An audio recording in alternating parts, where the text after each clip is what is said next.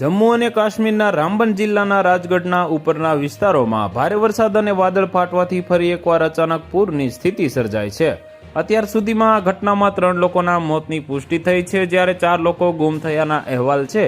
વહીવટતંત્રના જણાવ્યા અનુસાર ઘણા ઘરોને નુકસાન થયું છે, જેમાંથી કેટલાક પૂરના પાણીમાં સંપૂર્ણપણે ધોવાઈ ગયા છે। પરિસ્થિતિને ધ્યાનમાં રાખીને સ્થાનિક વહીવટતંત્રે તાત્કાલિક રાહત અને બચાવ કામગીરી શરૂ કરી દીધી છે। ગુમ થયેલા લોકોને શોધવા માટે બચાવ ટીમો અસરગ્રસ્ત વિસ્તારોમાં સતત શોધ કામગીરી ચલાવી રહી છે। ઉપરાંત અસરગ્રસ્ત પરિવારો માટે કામચલાઉ રાહત કેન્દ્રો સ્થાપવામાં આવ્યા છે। અધિકારીઓએ જણાવ્યું હતું કે પરિસ્થિતિ પર નજર રાખવામાં આવી રહી છે અને જરૂર પડ્યે વધારાની ટીમો પણ મોકલવામાં આવશે।